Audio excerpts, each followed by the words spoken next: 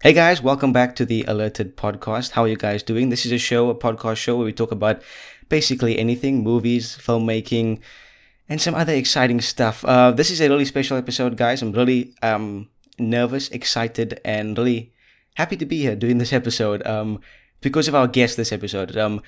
Previous episodes, episode 1 and 2, we had good friends of mine, YouTubers, but this episode, we have probably the biggest guest we've had on the show. It's something I never thought I'd ever have the opportunity to do on my channel, especially when I first started. If you were to tell me this, I'd probably have laughed at you and then run away. But yeah, so without further ado, let me just announce the guest, or introduce the guest for this episode, Mr. Josh Davies, CEO of Hitfilm.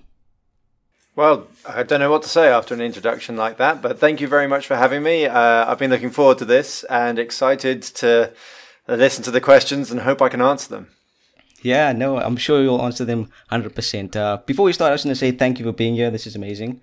Yeah, to have the CEO of the company that created the software that my channel is based on is insane.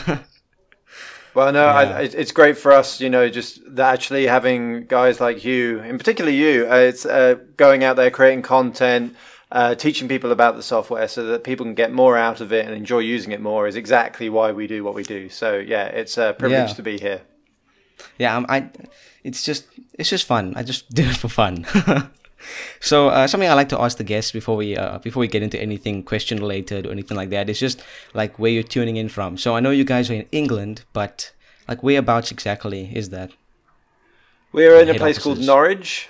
Yes, it's a small, really small city called Norwich. It's very historical. We have castles and cathedrals and things like that. Cobbled streets. It's sort of half like Harry Potter, I guess. But yeah, it's a really, really small place. But it's a lovely place. It's about 120 miles from London. It's northeast, the bit that kind of sticks out the side of the UK like a big blob.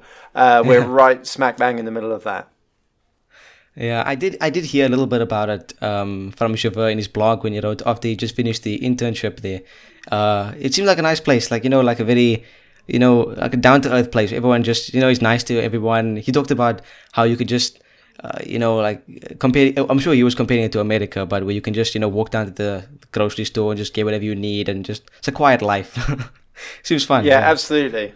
Yeah, it's a quiet life. I think, Javert's moved around a lot in the States. So compared to where he's been, it's probably very, very, very small. Yeah, probably very small. So yeah, basically, let me just give you a rundown of how this episode's going to work. So I've got a couple of fan questions here, or viewer questions that I got on Twitter when I announced you as the guest. I've got a couple of questions on my own.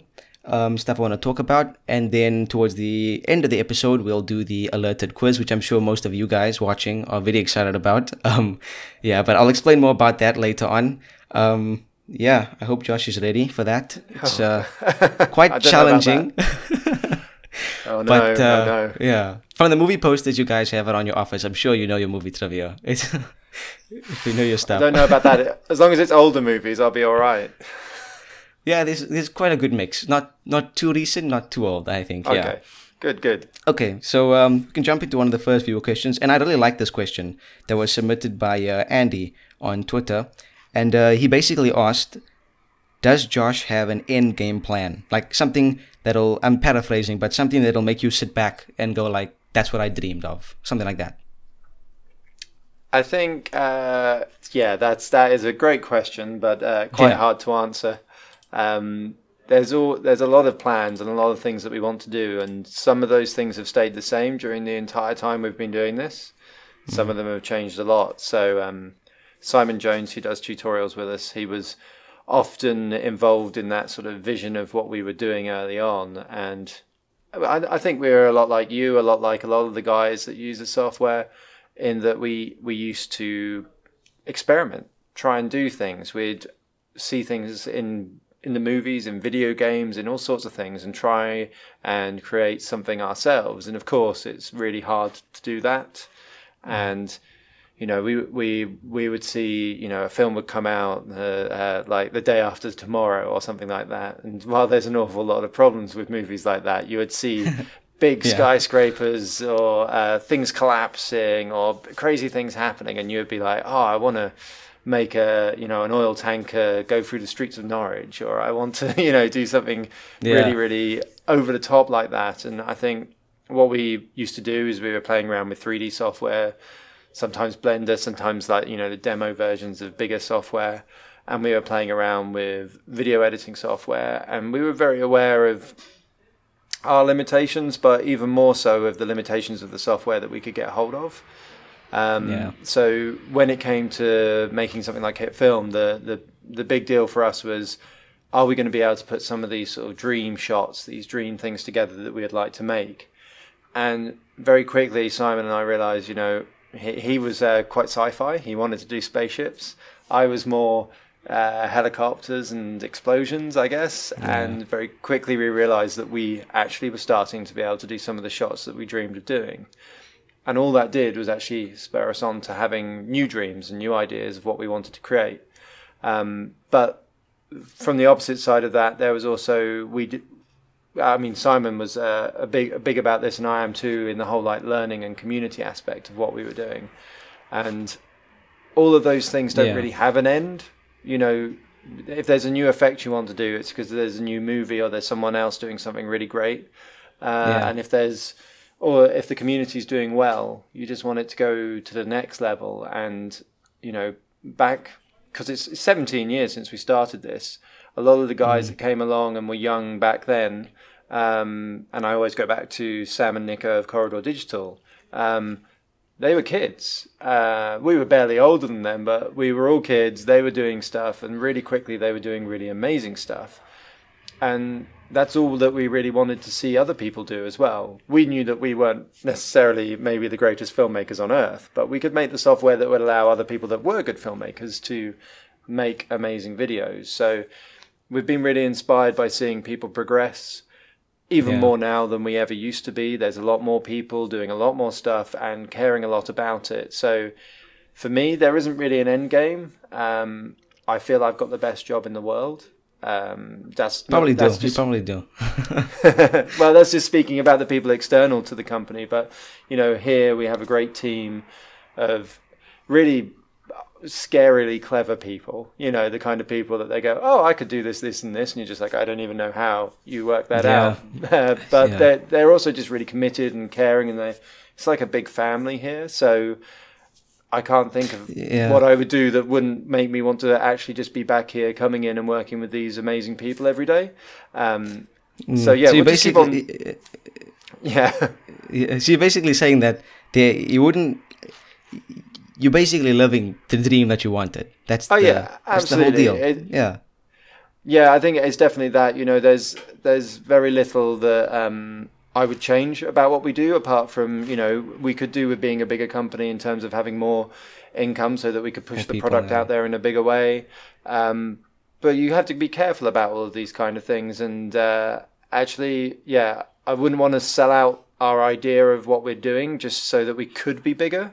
Definitely, I think we've had opportunities to do that in the past, but it's not what we're about. We're about, Hitfilm's a fairly complicated product, because it allows you to do lots of things. And I think it's really important that we remain making it a complicated but approachable product. And we have people making great tutorials for it. I guess that when I'm 60 or something, maybe I'll want to, chill out. Kick back. But I've got a little while until that happens. So, Yeah, but that's something that I want to go back to. You said about the whole community aspect, which is something that I think is very unique to, especially to Hitfilm, because if you look at other companies that do the same sort of thing, like other companies that make editing software, VFX software, it's just that, it's a company, But when it comes to Hitfilm, especially because of the YouTube channel, the community events, the forums especially, which played a big deal. All of that, it turns the normal customer, it just turns the customer into like a fan, into a supporter.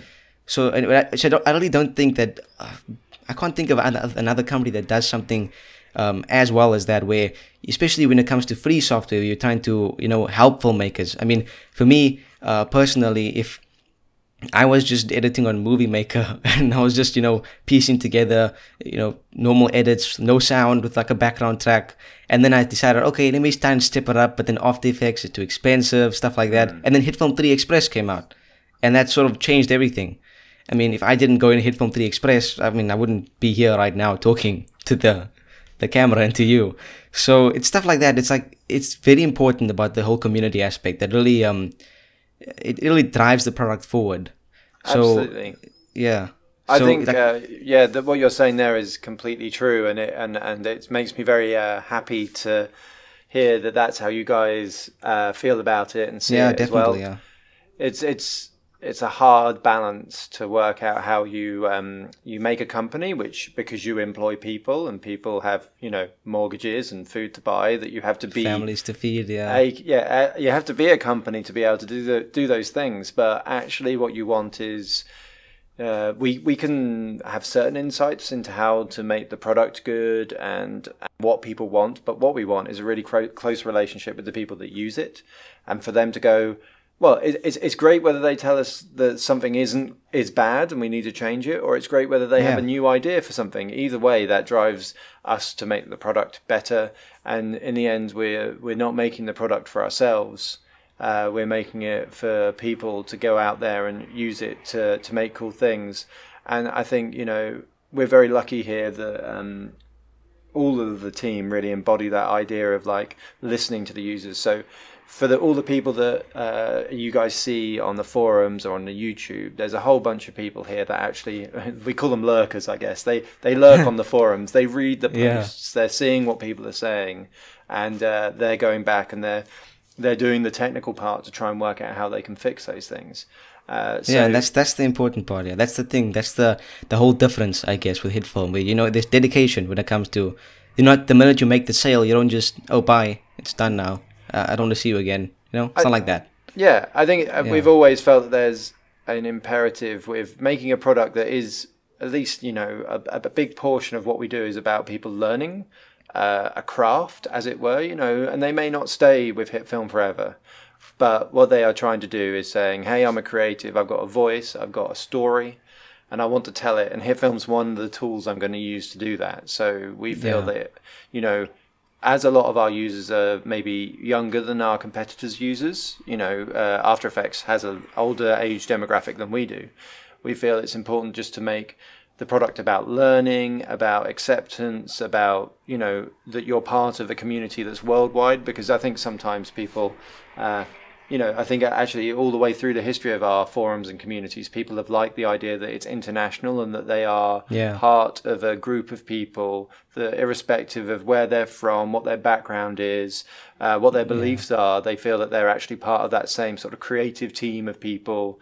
And they're even an extension of our team in building the software and making it better. And continuing that message as we get bigger is complicated. But then we have, we have our marketing team here. I know you've spoken to Ollie, and there's Kirsty and Evie, and then you've got Javert and Axel, and they all actually really embody that and care about it. So, and we try and let them get on with it. So more often than not, I'm sometimes called into looking at, accounts and other things like that, which I hate all of that side, Like, that's the non-creative stuff. Yeah, I want to be working with the developers and working with the marketing team, but hopefully we're allowed to give them enough space that the marketing team, they're not traditional marketing. They're more like, customer and community relations, and they're just trying to work out fun stuff, what's the next cool thing that we can do that is going to engage people, and how can we produce more content. I know Kirsty would have us have tons more YouTube content going out. 10 tutorials a day. if that was possible. Yeah, definitely. I think the next question, I think you basically answered already during that, which was from Chris, the Watch Chef channel. He asked, how far ahead do you plan the roadmap for development of Hitfilm? But it's like, it's, as you said, it's an ever developing thing. There are always new things coming out, and you guys are always working on things. So to put an end to it, I feel it's almost, you don't want to think about an end, It's like it goes on forever. It hopefully will live on, for as long as possible. And there are sometimes, we'll work on a feature that, someone writes something on the forum, we work on the feature within the next week, and then it goes out in an update very soon after that. But there are things here that people are actually working on right now that have been going for probably about 12 to 14 months, like really big fundamental things that won't see the light of day for a little while yet. But they when it's something really big like that, we do have to plan it out because it takes such a huge amount of time. But yeah, it kind of changes, and we need to be adaptable and everything, because Hitfilm isn't the same product that it was when we first released it. It's used in different ways. Loads of people are using it as their primary editor now, which was not really something that was a massive factor when we first made it. So yeah, we're constantly having to like just sort of understand how people use it and change what we're working on because of that. I mean, I've seen a lot of comments, people saying that, you know, if it wasn't, especially for Hitfilm Express, a lot of my viewers and subscribers, they make all their videos in Hitfilm Express. So yeah, it's like people use it for editing, people use it for a lot of stuff.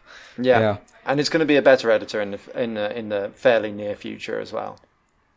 I hope Kirsty's not sitting by, because she doesn't like you sneaking out these cryptic things. I noticed. No, Kirsty's gone home. So we can spill the beans and some stuff. Yeah. So back to the questions. I'm going to move on to one of my questions. This is a really interesting one I've been meaning to ask. I'm meaning to ask anyone I can, really. It's a question I saw somewhere else. I can't remember where I saw it, but I sort of tweaked it myself. But let's say in a fictional situation, a situation someone can only dream of having, where you're approached by Netflix and they tell you that they want you to develop, produce, direct as much as you can, and write basically a new Netflix show. So you have 13 episodes. Wow. And you can make it about anything you want. So you're basically in charge creatively. You can choose whatever you want to be about. You can choose the genre. You can write it yourself. You can cast it yourself, direct it, whatever you want. Assign who you want, hire who you want. It's never going to happen because they will never give you this much control. But in a fictional world, so what would your show be about if you had to choose? Oh, well, that's hard. I have an awful lot of kind of film and short film ideas that I will never ever make, mostly because they're ridiculous. So they border on the surreal comedy end of the spectrum, and they're the kind of ideas that you tell friends that have the same sense of humor as you and they laugh, but when you tell anybody else, they just think you're weird. So you're crazy. I couldn't do any of those. Well, you know, I think it would probably be a mashup of an awful lot of things. So looking at Netflix, you know, I've liked some of the Marvel stuff and not liked some of the other Marvel stuff. Iron Fist was not good. I'm interested, actually. Iron Fist. Oh, okay. I wanted you to specify there. So what did you, actually, just branching off quickly, what did you think is your best Marvel show from Netflix? Best Marvel show on Netflix, the first season of Jessica Jones, followed by the first season of Daredevil. Oh, okay. Mine probably be the worst of those two. Yeah. Okay. I like Daredevil quite a bit. Jessica Jones season 2 is actually out now. I've started watching it. I've not heard great things, which is worrying. So, you know, without spoiling anything, because I hate spoilers, I'd say that it's not as good as the first, but it's not bad. It's it's not bad. I didn't. So, why didn't you actually like about Iron Fist though? Like, I'm curious to hear from people. Okay, so for me, Iron Fist was it was full of contradictions in its. It felt like it needed to be like half as many episodes because it was a lot of filler, and the action was very, very poor. But looking at the explanations of how it was put together, it's no wonder there was no real opportunity given for actually doing that well. And I think he was very confusing as a character. He was meant to be like this ultra well-trained Zen master, but he was furious all of the time. He'd just get angry and do irrational things all of the time when he should have been far more rational than that. And he was very spoilt brat, and it just... I liked some of the baddies. It became irritating sometimes, yeah. Yes, and I think that went all the way through to when they had the sort of ensemble piece where they were all in it together. Defenders, yeah. He was still an annoying character, which is unfortunate because, I think actually, Defenders I kind of was okay with, but I think I like Luke Cage I really liked, and then Luke Cage both good. the Daredevils I really liked, and Jessica Jones I like. So I was like, Jessica Jones. Yeah, why isn't this better? Yeah, I can say from my perspective, from the first episode and the second episode of Iron Fist season, I struggled to get through it. It was dragging at sometimes people say a show drags, but it doesn't really drag as much. But this one was borderline falling asleep during the first 2 episodes. I do think it did pick up a bit towards the end. It's definitely probably the worst show they've made.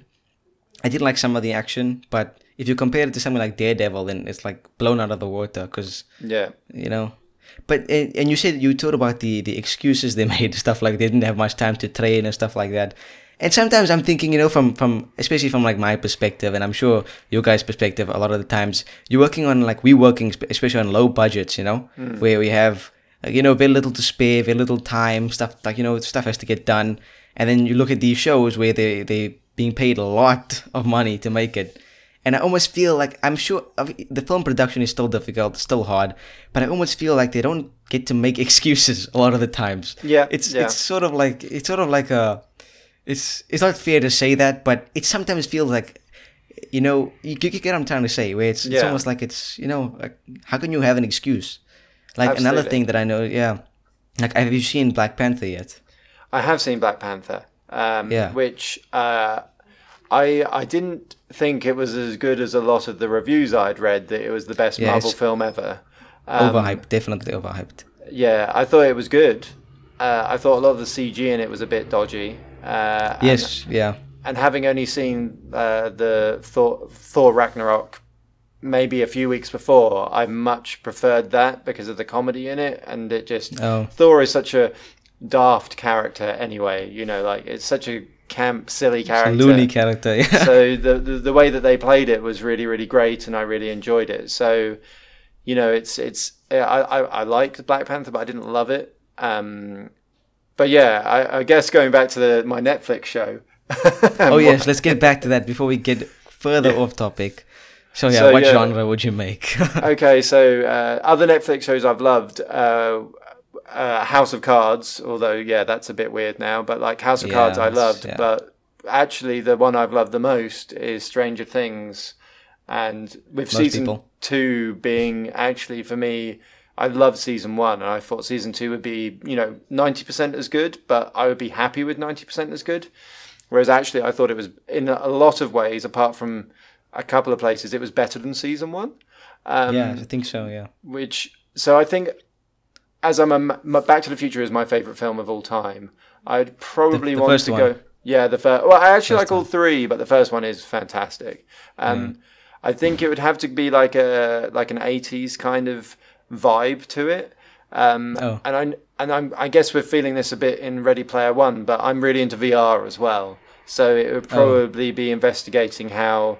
It might go a bit Black Mirror as well. So we've got like an 80s Black Mirror vibe mixed with VR coming into it somewhere. And it would have to have some comedy elements as well. Some stuff would have to be like a bit light-hearted, a bit funny. Oh yeah, not too dark and depressing. Yeah. I'd watch that. That sounds interesting. Mixing VR with the 80s. I mean, they wouldn't know what VR was then, but like it's a pretty good idea. I mean, hey, if anyone from Netflix is watching this, absolutely, hit me up. you can hit Josh up on Twitter, email him. Tough question, but would you edit that project on Hitfilm, or what would you do? I would avoid all of the post-production phase of any project. And let people much better than me deal with it. I'm not a great editor. I find editing like really overwhelming. Tedious.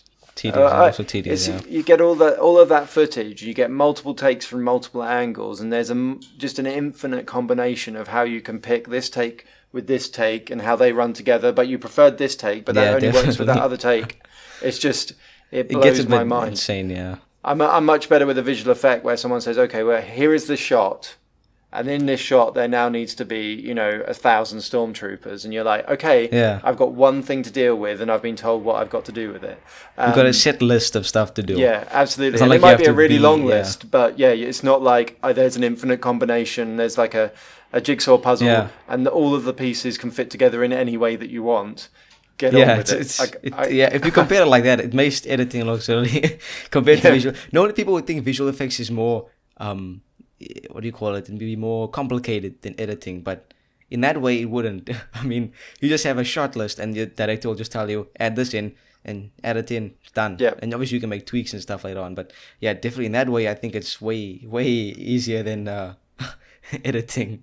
Yeah, editing just is such an artist. They're both really artistic processes, but yeah, definitely. normally if you're a visual effects artist working on someone else's project, you're told exactly what you're meant to be doing. When it's your own project, you can spend days just working on like a 5-second shot because you're like, oh, what if this Yeah. happened? What if that happened? But when it's someone else's project and you're just working as a visual effects artist, you're told exactly what's meant to be there, and you just have to make it really, really Yes. good. Whereas an editor is always like, creative and like trying different things out. And what if we actually flip round the whole thing and do it this way? Yeah, It's just they expect that from you as an editor, though. That's one of the issues there, because the director expects you to take it in a different way that he didn't see it or she didn't see it before. So Yeah. that's probably that's probably why editing is so tedious and stuff like that. So yeah. So another question I have here. Let's do an extremely fun question. Let's do that. I'm just gonna pick one here. Okay, this is probably not extremely fun, but it's fun to me. So I say this one I asked in the last episode, and I asked in the previous episode before that to both guests. So it's basically a television show, right? That you enjoy. Let's just say a television show you enjoy too much. Like, it's not healthy. Okay. How much you enjoy it. Right. This can be a TV show like now. Can be a TV show years ago. It's cancelled. It's still going. Doesn't matter. Anything. Yeah, I probably shouldn't enjoy Rick and Morty as much as I do, and early seasons of Archer where it was far more rude than it is now. I used to love Archer, and it's one of those ones where you're watching it, and if someone walks into the room who hasn't experienced it, Rick and Morty's the same. Someone who doesn't know what you're watching just comes in and thinks you're weird. You watch some kinky stuff. Yeah, it's like, yeah, but if you knew the characters and you knew what they've been through and you knew what this is happening here, so and at this point they walked out already and they've gone. yeah, they just think you're weird, and when they've left, it's like video games and everything, and when you play them, and then your parents come in just at that moment when you're creating your own character, and there's just some character spinning around on the screen that's got like crazy hair and like big shoulder pads on, and they're like, I don't get what kids do these days. What the heck you doing? Yeah. They always say, like, it used to be much simpler when we used to play this stuff. We used to play outside. yeah, absolutely. Yeah. Yeah. So, so you'd say basically Rick and Morty is your show? I think I'd go with Rick Archer. and Morty, yeah. Or Archer, not now. Rick and Morty, I know some people didn't like the last season, but I still really liked it. But Archer is... I have yet to try that one, though. I've heard a lot of good stuff about that one. Yeah. I've actually got a few requests, actually, to do Rick and Morty effects, which is crazy because it's animated, but yeah, I guess people want me to do it in live action. But are there any TV shows that are maybe still running that you still love to watch? I have loads of shows. I have like my favorite film is Back to the Future. My favorite TV show that ever was Band of Brothers, the miniseries of Band of Brothers, because it's just too good. That's like, if I could make anything in the world, I'd make something like I'd basically make Band of Brothers again exactly how it is. So I'll never do that. And I guess what I watch otherwise tends to be, actually, like my girlfriend is watching Grey's Anatomy a lot at the moment, and it seems like some of the worst TV I've ever seen, but you end up sitting there watching it, and there's some terrible music comes in, and I'm just like, why am I sitting here watching this? This is terrible. Yeah, it's so bad. But she'll kill me for saying that, though, because she's watched a lot of seasons of that. So yeah.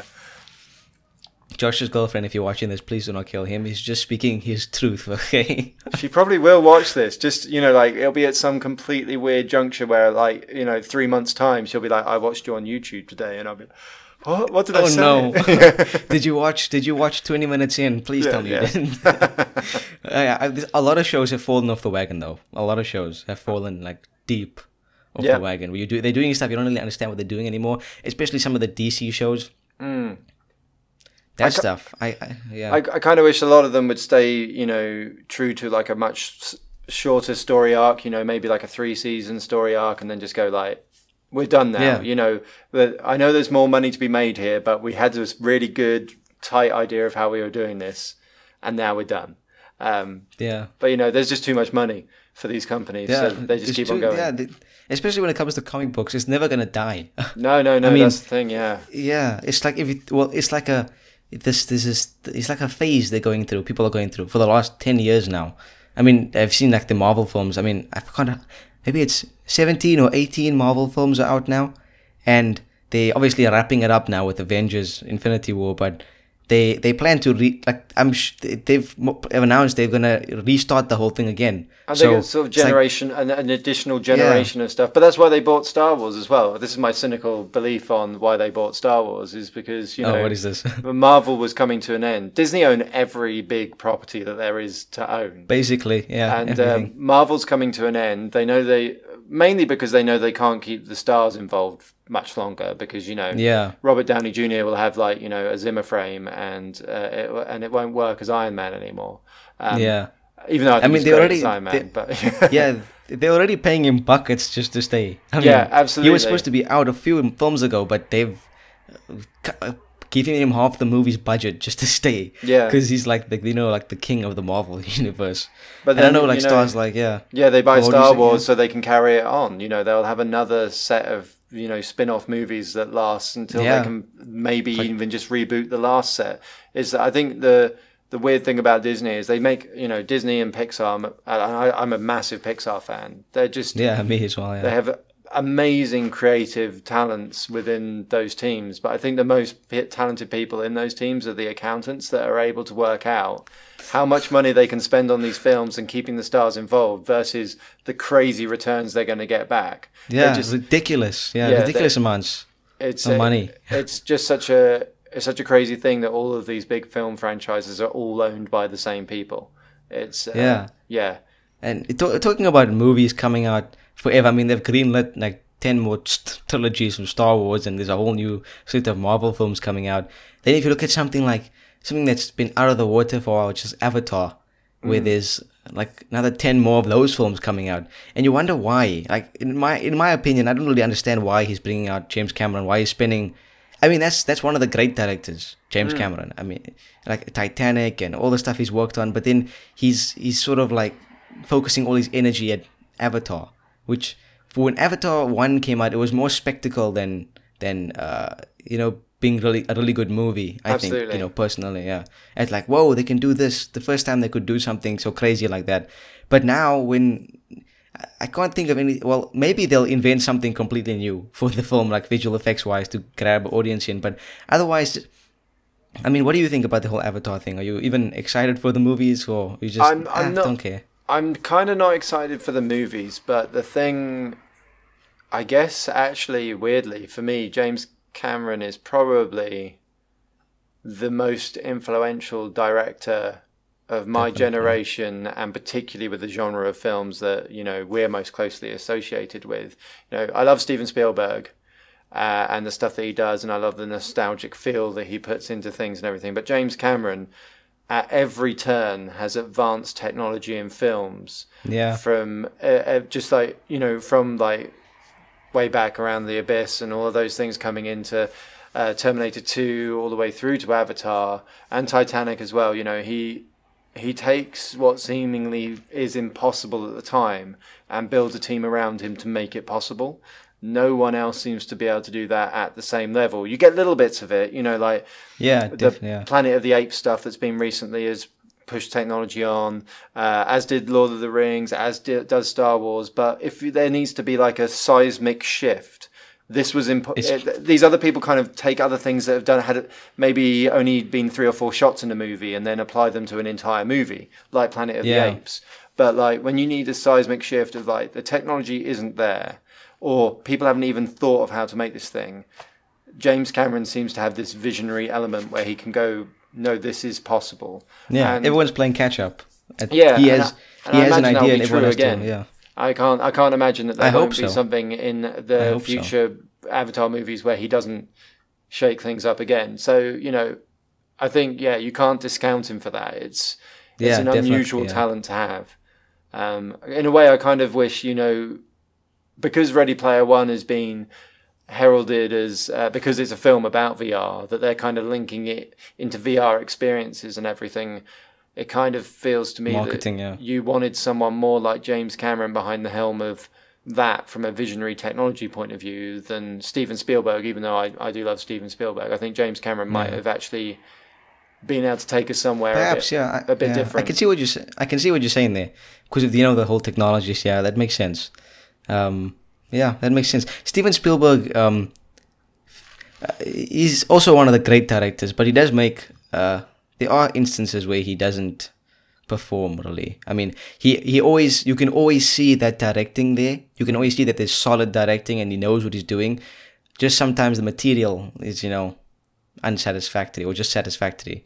Like, I mean, if you, like the BFG or something like that, you know, where it doesn't really perform. Yeah. I wonder if the problem is, though, for someone like that they've made some of the greatest, most iconic movies of all time. I mean, ever. If you've gone and made Jurassic Park, a film that still stands up today as like a great film, and the dinosaurs still look like stunning and all of those things. It's like Jaws as well, yeah. If you've done these films that are just so cataclysmically iconic, then crazy. You cannot make every film like that. You just can't do it. You know, it's just impossible to do. So I wouldn't like to be Steven Spielberg trying to make the next big thing when you've already made all the other big things. He's so good. He's outperformed himself. Yeah, that's how it is. He set the bar so high for himself that he just people are saying that Ready Player One will be the time where he like a new Jurassic Park or something like that. I'm not really sure. I'm holding out hope. The trailers really haven't impressed me as much, although I see the references and I see the stuff there, and there's definitely a lot of CG spectacle to look at, like VFX wise. Yeah. So I'm sure that'll be interesting to see, but we'll have to see. I don't really know as well. I mean, I think a lot of the nostalgia part of it should work really well for me, but I don't know. It's a hard one to know whether it can really match up to any of his greats. But then I get increasingly worried because these are, you know, the greats from my childhood, and you got Steven Spielberg, and then you have the soundtrack done by John Williams. Both of these people are unfortunately they're getting on a little bit now. Who is there to replace them at that same iconic level that, you know, my entire childhood is influenced by the Steven Spielberg, Robert Zemeckis, and all these people around that group of films that were being made at that time, and it's like, who is that it's now? It's sad to see that. Who is maybe J.J. Abrams? You never know. Well, you know, like I loved The Force Awakens. I was one of the people that liked really loved The Force Awakens. Who knows? Who knows? Maybe J.J. Abrams will come out with the next Shocker or something like that, where it redefines film. Well, maybe something crazy like that. Okay, guys, that was the questions part of the podcast episode. I hope you guys enjoyed it. But now it's time to move on to the point or the part of the episode that I know a lot of you guys are looking forward to, something I'm looking forward to a lot. It's time for the alerted quiz. Okay, so Josh, basically how this quiz works is there are 15 questions. 15? Now, there are 15 questions. 15, yeah. Not everybody gets through 15 questions, but you don't have to get through all 15.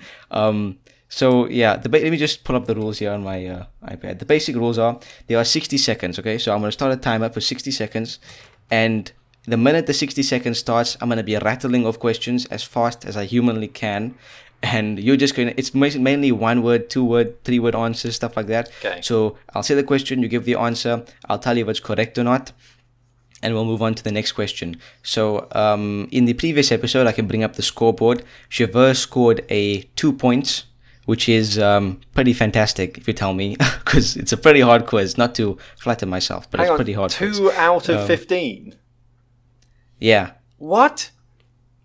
Yeah. Oh my! But he didn't get through. He didn't get through 15 though. So he got through about, I think, 6 maybe or 7. It sounds like the hardest quiz on earth.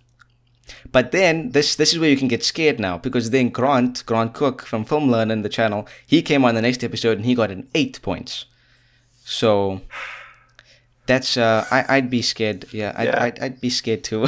8 points, and he got through about 10 questions. Okay. So the main thing here is, if you don't know the answer to the question, pass, and you realize just say pass immediately. If you think you can maybe get it, you can spend about 1 or 2 seconds thinking about it, but I would say just say pass, get to the next question, and hopefully score the point. That's the one tip I'd give. The second tip that I give is don't worry about counting the points, because if you're worrying about counting the points, then you're going to not hear the next question, and then things just get fumbly there. So just focus on focus. I just want to beat Chauvet now. That's all I want to do. Yeah. Okay, so it's a pretty even spread. There's one true or false question. There's a few actor related, plot related, directors, locations, fictional character names, a whole bunch of stuff, but there's an equal amount of questions here. And we'll see how many you can get through. I've got them right here. This determines your future right here. Oh no. The CEO of Hitfilm is going to be on the scoreboard, ladies and gentlemen. At the bottom of the score. Let me have a drink, because this is intense. Right. Okay. So, Joshua Davies. Can I call you Joshua? Yeah, absolutely. Joshua Davies, CEO of FX Home and Hitfilm. Are you ready to undertake the alerted quiz? As ready. The most famous quiz in all of history. As ready as I'll ever be. Let me take a drink too, just in preparation for this. Okay.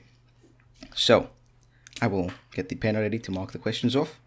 And I will start the timer in 3, 2, 1, go. Who plays Mr. Hinks in Spectre? No idea. Pass. Okay. The character Aldrich Killian can be found in which Marvel movie? Pass. Okay. Name the villainous karate dojo in The Karate Kid. Cobra Kai. Correct. Who directed Invictus? Pass. Wow. True or false? John McClane is the name of an FBI agent. False. True. Oh, correct, sorry. I figure life's a gift and I don't intend on wasting it is a quote from which movie? Oh my word. I should know this. Pass. Okay, 15 seconds. The name of the lion voiced by Liam Neeson in Narnia is? Aslan. Correct. The film Argo is set mainly in which country? Argentina? Incorrect. It's actually Iran, and that was the timer. That's terrible. No, it's actually a pretty good score. I think that is a pretty good round. I'm just going to tally up the points here, but otherwise I would say that is a pretty good round. Before I tell you your score, let me just say some of the questions you got wrong. So, the actor who plays Mr. Hinks in Spectre is actually Dave Bautista. Oh, okay. Yeah. Or just Batista. Yeah. Aldrich Killian is the villain of the film Iron Man 3, the Marvel movie. Oh, of course it is. Yeah. Yeah. And the person who directed Invictus, which actually is about my country, South Africa, Invictus, also one of the greats of film, Clint Eastwood. Oh, was that a Clint Eastwood movie? It's got Matt Clint Damon. Eastwood. Is that the one with Matt Damon in it? Matt Damon, Morgan Freeman. Yeah. Yeah, I didn't know that. Yeah. I just watched American Sniper the other day. I should have put that together. So as I was saying, I figure life's a gift and I don't intend on wasting it is actually a quote that Leonardo DiCaprio says in the Titanic. James Cameron, actually. Oh, of course it is. Yeah, I actually didn't think of that. James Cameron, yeah. Oh, yeah, and I obviously said that the film Argo, Ben Affleck starring and directing, is set in Iran. Yeah. So, Joshua Davies, you managed to get through 8 questions. pretty good amount, 8 questions. And of that 8, you scored a total score of, cue the drum roll, 3 points. So, I beat Javert. This places you Yes. above Javert on the board. Underneath, Grand Cook is still our reigning champion, but it is a pretty good score, I would say. I can't say anything else because I'm the one setting these tests and I'm not going to be tested. So I have a clean slate. So yeah, but yeah, 3 points is a pretty good score. Well done on that. The prize is, the prize is beating Javert. The prize is beating Javert, and the prize is being on the scoreboard. Yeah. You know what? Just to make it fun, do you want to ask me just one random trivia question just to see if I can answer it? Random trivia just question. Random trivia. I doubt I'll be able to answer it. I'll look really bad, but I'm willing to do that. What could I do? What could I do? Okay, yeah. What's the name of the thing that makes time travel possible in Back to the Future? The DeLorean. No, not. It's the thing in the DeLorean. Okay. Hold on. I'm getting to this. It's right there. This is. So I have 60 seconds, right, for this whole question. Yeah. Okay, yeah. Dr. Emmett Brown's, he thought of it when he was standing on the loo and he fell off and he hit his head. Oh. And when he woke up, he had the idea for the. I can't get it. It's on the tip of my tongue. No, I can't. It's 2 words. It's the flux capacitor. The flux capacitor. There you go. You know what was coming to my mind? Gigawatts. That was coming to my mind. I was thinking, that's not the answer. answer. Yeah, 1.21 gigawatts. Yeah, that's not the answer. Yes. And then I got the... Yeah. Yeah, no. That's not, I look really bad right now. I love Back to the Future, guys. Don't take that seriously. Spot on. Yeah, if the quiz had been about Back to the Future, I would have done better. You would have gotten 15 points then. You would have been the reigning champion. I probably still wouldn't. Yeah. But yeah, guys, we're going seriously over time. I had a lot of fun doing this. And I want to just thank you, Josh, for being on here. It's insane. Thank you very much. You're a very guest. Thank you for having me. It's been great. Very cool guest. Yeah, and thank you guys for watching this episode. If you want to stay in touch with us, my Twitter is on screen right now, as well as Josh's Twitter. You can subscribe to the Hitfilm channel, obviously, for weekly videos that they put out, quality stuff always. Yeah, leave your questions down below for the next guest, whoever that will be. Who knows? Can be anyone. Yeah, like the video, share the video, subscribe. Hope you guys have enjoyed it. Is there anything else you want to say, Josh, before we sign off?